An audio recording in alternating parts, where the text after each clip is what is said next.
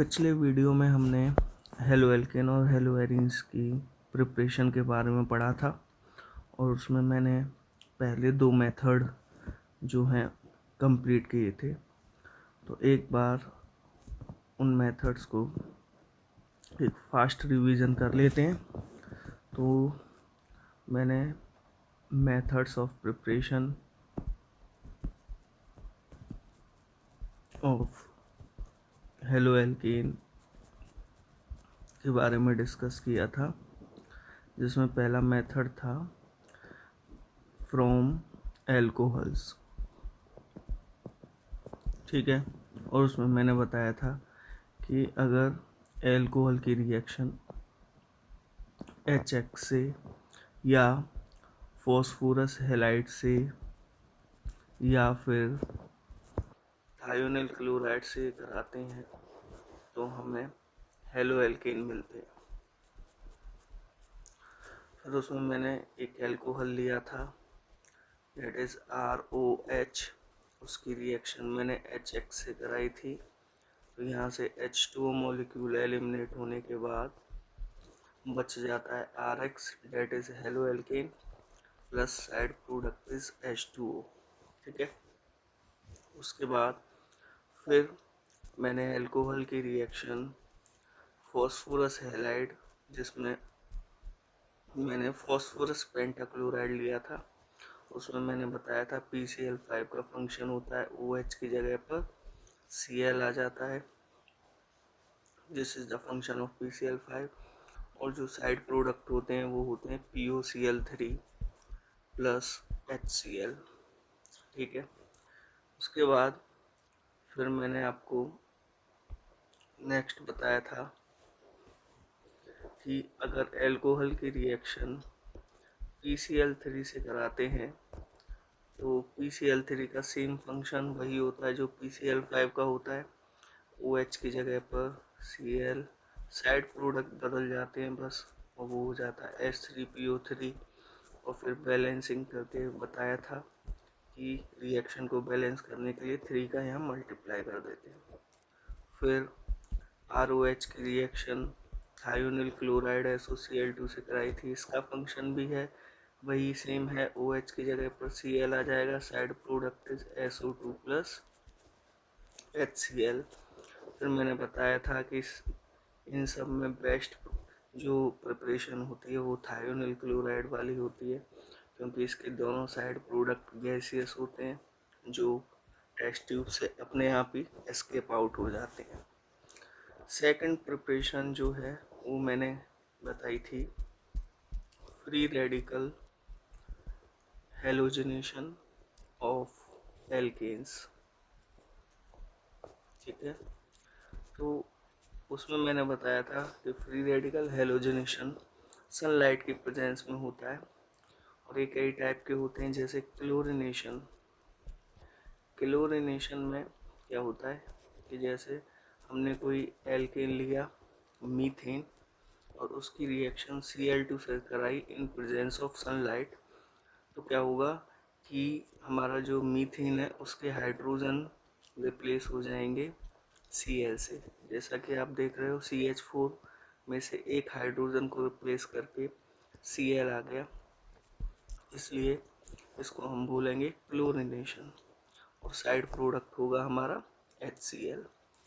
फिर उसके बाद मैंने आपको बताया था कि मान के चलिए कोई हमारे पास बिगर एल्केन है, मीथेन से बड़ा एल्केन है CH3 CH2 CH3, और उसका जब हम क्लोरिनेशन कराएंगे इन प्रेजेंस ऑफ सनलाइट, तो मैंने बताया था कि ये दोनों कार्बन जो हैं आइडेंटिकल हैं, तो इनमें से किसी भी कार्बन से आप H हटाकर उसकी जगह Cl लगा दो तो बन जाएगा CH3 CH2 CH2 Cl। उसके बाद अब बचा बीच वाला कार्बन, तो बीच वाले कार्बन से भी हम H हटाकर उसकी जगह Cl लगा देंगे, एक H हटाया उसकी जगह Cl लगाया, रिजल्टिंग कंपाउंड हमें आइसोप्रोपाइल क्लोराइड मिल गया, ठीक है। तो ये क्लोरिनेशन हो गया। इसी तरीके से आयोडिनेशन के अंदर हम जो है I2 से रिएक्शन कराते हैं, लेकिन आयोडीनेशन के साथ दिक्कत ये है कि ये रिवर्सिबल नेचर की होती है। रिवर्सिबल नेचर की होती है मीन्स अगर हमने एल्केन का आयोडीनेशन कराया, I2 से रिएक्शन कराई, तो हाइड्रोजन रिप्लेस होकर आयोडीन आ जाएगा और साइड प्रोडक्ट इज HI। लेकिन ये रिएक्शन रिवर्सिबल नेचर की होती है, यानी बैकवर्ड भी चली जाती है। इसका मतलब हमें जो प्रोडक्ट मिलेंगे वो बहुत कम अमाउंट में मिलेंगे। ठीक है, सबसे पहले ये रिवर्सिबल नेचर का क्यों होता है? Because HI is a strong reducing agent. ये एक स्ट्रॉन्ग रिड्यूसिंग एजेंट होता है और ये HI जो है CH3I को रिड्यूस करके बैक रिएक्शन दे देता है। वापस से रिपीट कर रहा हूँ, HI स्ट्रॉन्ग रिड्यूसिंग एजेंट होता है और वो CH3I को रिड्यूस करके बैक रिएक्शन दे देता है। तो रिएक्शन रिवर्सिबल इस वजह से है क्योंकि प्रोडक्ट साइड में HI प्रेजेंट है। तो कैसे भी यहाँ से HI को अगर हम हटा दें तो रिएक्शन फिर बैकवर्ड नहीं जाएगी, वो सिर्फ फॉरवर्ड डायरेक्शन में जाएगी। तो HI को रिमूव करने के लिए हम स्ट्रॉन्ग ऑक्सीडाइजिंग एजेंट की हेल्प लेते हैं। ठीक है, जैसे कि HNO3 और HiO3। अगर मैं HiO3 लूँगा इस रिएक्शन में तो वो HiO3 क्या करेगा कि HI को क्या कर देगा, ऑक्सीडाइज, क्योंकि HiO3 itself is a strong oxidising agent. ये स्ट्रॉन्ग ऑक्सीडाइजिंग एजेंट होता है और ये क्या करेगा, HI को किस में ऑक्सीडाइज कर देगा, I2 में, and other side product is H2O। तो इस तरीके से पिछली रिएक्शन में जो हमारा HI है जो प्रॉब्लमेटिक था वो यहाँ से ख़त्म हो जाएगा, तो रिएक्शन बैकवर्ड जाने से रुक जाएगी। ठीक है, हम यहाँ पर HiO3 की जगह HNO3 को अभी इस्तेमाल कर सकते थे as a strong oxidising agent. Clear है? फिर रही बात फ्लोरिनेशन। फ्लोरिनेशन के अंदर हाइड्रोजन रिप्लेस हो जाते हैं फ्लोरीन से, पर फ्लोरिनेशन हम जनरली लेबोरेटरी में नहीं कराते because the reaction is highly exothermic, यानी इस रिएक्शन में हाई अमाउंट ऑफ हीट जो है रिलीज होती है जो समटाइम एक्सप्लोसिव भी हो जाती है, इसलिए फ्लोरिनेशन को हम लेबोरेटरी में नहीं करते। ठीक है, तो ये था फ्री रेडिकल हैलोजिनेशन के बारे में। नेक्स्ट जो प्रिपरेशन जो हम करने वाले हैं वो प्रिपरेशन है by addition of HX to alkene. हम एल्कीन में HX को ऐड करेंगे। देखिए, इसको समझने से पहले आपको एक टॉपिक और समझना होगा कि देखो एल्कीन दो तरीके की होती हैं, एक होती है सिमेट्रिकल एल्कीन और एक होती है अनसिमेट्रिकल एल्कीन। ठीक है, सिमेट्रिकल एल्कीन में क्या होता है कि double bonded carbon carries same number of hydrogen atom. ठीक है, डबल बॉन्डेड कार्बन के पास same number of hydrogen atom होते हैं, जैसे कि CH2 डबल बॉन्ड CH2। अब यहाँ डबल बॉन्डेड कार्बन के पास, यहाँ देखो सबसे पहले वाले कार्बन के पास 2 हाइड्रोजन है, ऐसे ही दूसरे वाले कार्बन के पास 2 हाइड्रोजन है, तो डबल बॉन्डेड कार्बन के पास same number of hydrogen atom है, तो ये सिमेट्रिकल एल्कीन हुआ। एक और एग्जांपल देखते हैं, CH3CH डबल बॉन्ड CH यहाँ हर डबल बॉन्डेड कार्बन के पास सिर्फ एक एक हाइड्रोजन है, इसलिए ये भी क्या हुआ, सिमेट्रिकल एल्कीन हुआ। एक होते हैं अनसिमेट्रिकल एल्कीन जिसमें डबल बॉन्डेड कार्बन एटम के पास different number of hydrogen atom होते हैं। For example CH3CH double bond CH2। अब आप इस कार्बन पर देखोगे तो कितने हाइड्रोजन एटम हैं, 2, और दूसरे वाले डबल बॉन्डेड कार्बन को देखेंगे तो इसमें कितने हाइड्रोजन एटम है, 1, इसलिए ये क्या हुआ, अनसिमेट्रिकल एल्कीन हुआ। तो जब सिमेट्रिकल और अनसिमेट्रिकल क्लियर हो जाएंगे तो आपको ये वाला मेथड समझ में आ जाएगा। देखिए इस मेथड में करना क्या होता है कि जैसे मान के चलते हैं कि मेरे पास कोई सिमेट्रिकल एल्कीन है, दैट इज एथीन, और इसमें मुझे HCl जोड़ना है। तो अगर सिमेट्रिकल एल्कीन है तो हमें ज़्यादा कुछ नहीं देखना, हम किसी भी कार्बन पर H जोड़ देंगे और उसके अपोजिट वाले कार्बन पर Cl जोड़ देंगे, तो रिजल्टिंग कंपाउंड हमें मिल जाएगा CH3CH2Cl। लेकिन अगर यही रिएक्शन अनसिमेट्रिकल एल्कीन के केस में हो रही होती, जैसे कि CH3CH डबल बॉन्ड CH2, अब इसमें मुझे HCl जोड़ना है अगर, तो यहाँ पर हमें मार्कोनिकॉफ्स रूल यूज़ करना पड़ेगा। मार्कोनिकॉफ्स रूल क्या कहता है कि HCl का जो पॉजिटिव पार्ट होता है वो उस डबल बॉन्डेड कार्बन से जुड़ता है जिस पर ज़्यादा हाइड्रोजन एटम होते हैं, यानी कि CH2, और HCl का जो नेगेटिव पार्ट है डेट इज Cl, वो उस डबल बॉन्डेड कार्बन से जुड़ेगा जिसके पास कम नंबर ऑफ हाइड्रोजन एटम होंगे।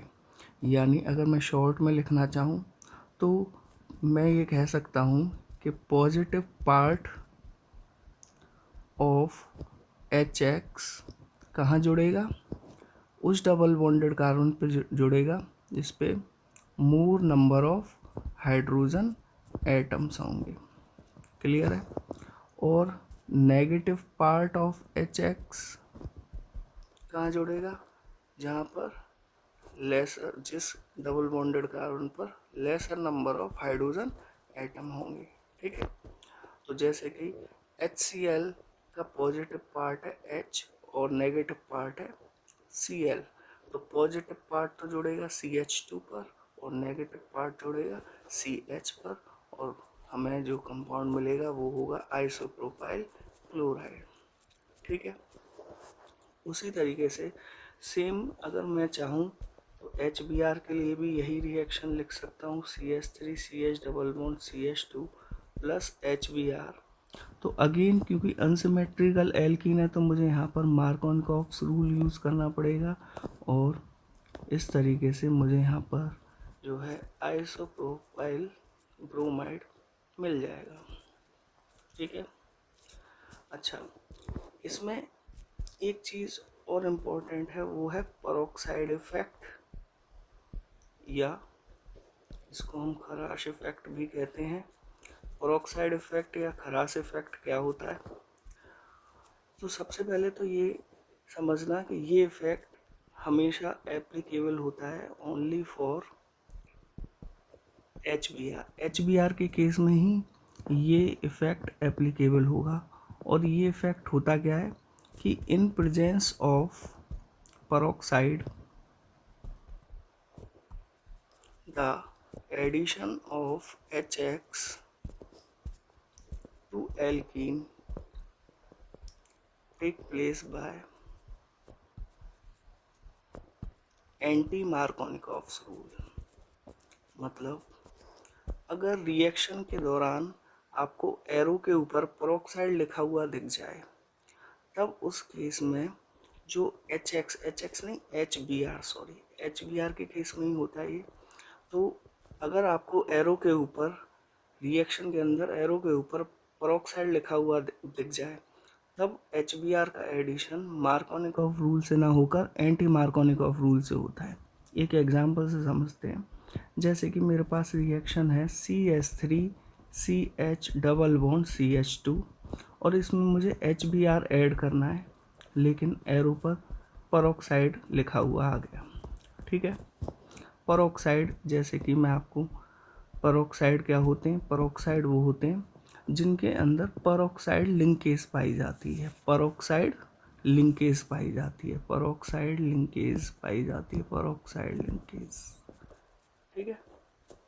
अब देखिए आपके सामने एक पेरोक्साइड का एग्जाम्पल मैं लिखता हूँ, C6H5COO का होल ट्वाइस। ये एक पेरोक्साइड है। ठीक है। और इसका नाम होता है बेंजोइल पेरोक्साइड। ठीक है। क्या नाम होता है, benzoyl peroxide.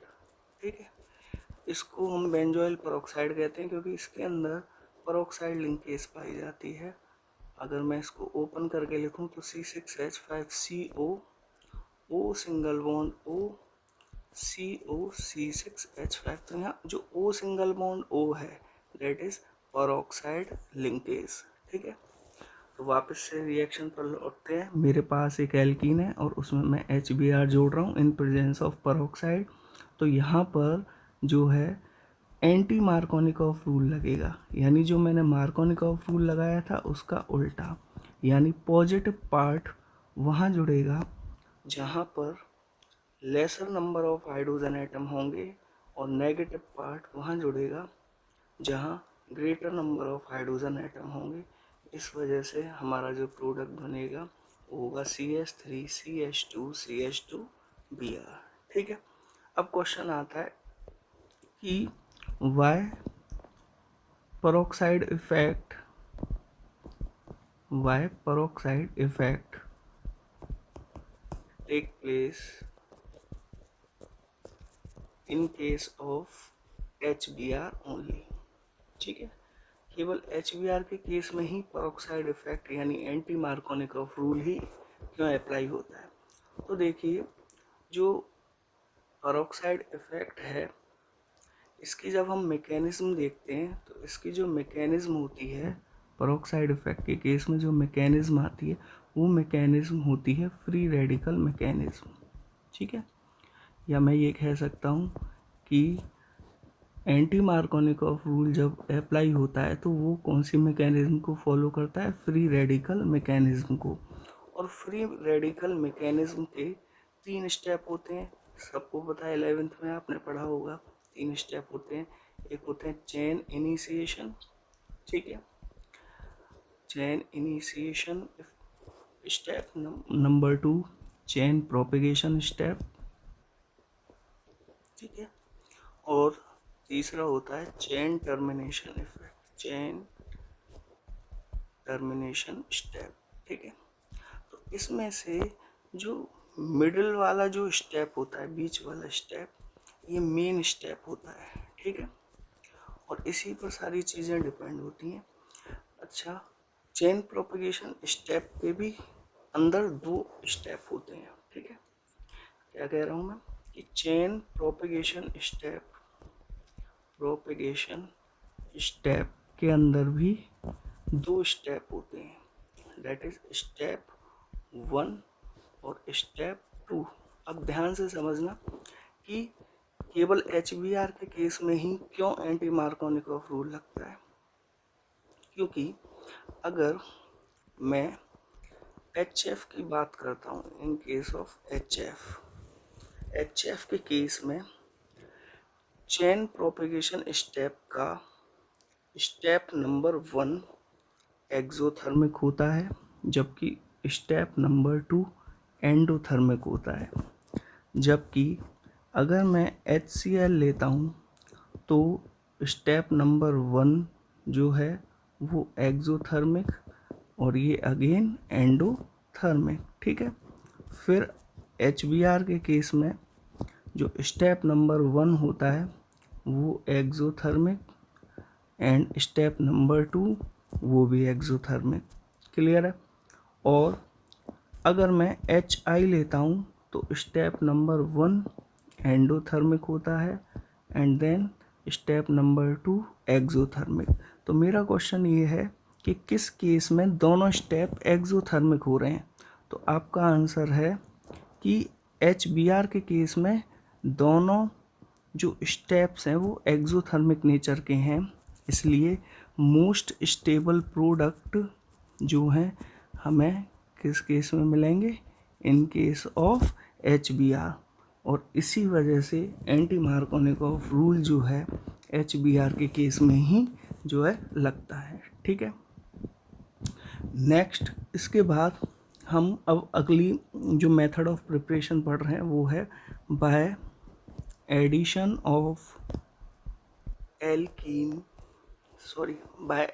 Of halogens to alkene. ठीक है, एल्कीन मेरे पास कोई एल्कीन है CH2 डबल बॉन्ड CH2 और इसमें मैं कोई हेलोजन जो है ऐड कर रहा हूँ जैसे ब्रोमीन, ठीक है। अब सभी को पता है कि ब्रोमीन का जो कलर होता है, ठीक है, वो ब्रोमीन का कलर रेडिश ब्राउन होता है, ठीक है। तो ये रेडिश ब्राउन कलर होता है। अब जैसे ही हम रिएक्शन कराएंगे तो एक Br तो इस कार्बन से और एक Br इस कार्बन से जुड़ जाएगा। तो इस तरीके से CH2Br सिंगल बॉन्ड CH2Br यानी मुझे विसिनल डाइब्रोमाइड मिल जाएगा। मैंने इसका नोमेनक्लेचर प्रीवियस वीडियो में करा रखा है, ठीक है। अब देखो इस रिएक्शन में ध्यान रखने वाली बात क्या है कि जब ये रिएक्शन कंप्लीट हो जाती है तो ये जो रेडिश ब्राउन कलर है ब्रोमीन का वो डिसअपीयर हो जाता है, ठीक है। तो याद रखना ब्रोमीन का जो ये कलर है वो तभी डिसअपीयर होगा जब यहाँ रिएक्टेंट साइड पे या तो एल्कीन होगा या फिर एल्काइन, ठीक है। लेकिन अगर एल्कीन हुआ उस केस में ये रेडिश ब्राउन कलर जो है डिसअपीयर नहीं होगा। इस तरीके से इस रिएक्शन की हेल्प से हम ये पता कर लेते हैं कि दिए गए कंपाउंड के अंदर सैचुरेशन है या अनसैचुरेशन। अनसैचुरेशन का मतलब होता है एल्कीन और एल्काइन और सैचुरेशन का मतलब होता है एल्कीन। तो अगर ब्राउन कलर डिसअपीयर हो जाता है तो इसका मतलब दिए हुए कंपाउंड में अनसैचुरेशन प्रेजेंट है यानी डबल बॉन्ड या ट्रिपल बॉन्ड प्रेजेंट है। और अगर रेडिश ब्राउन कलर डिसअपीयर नहीं होता तो दिया हुआ जो कंपाउंड है वो हमारा एल्केन है और उसके अंदर अनसैचुरेशन यानी कि डबल या ट्रिपल बॉन्ड प्रेजेंट नहीं होता। इसलिए इस रिएक्शन का इस्तेमाल हम टेस्ट फॉर अनसैचुरेशन के लिए करते हैं, ठीक है।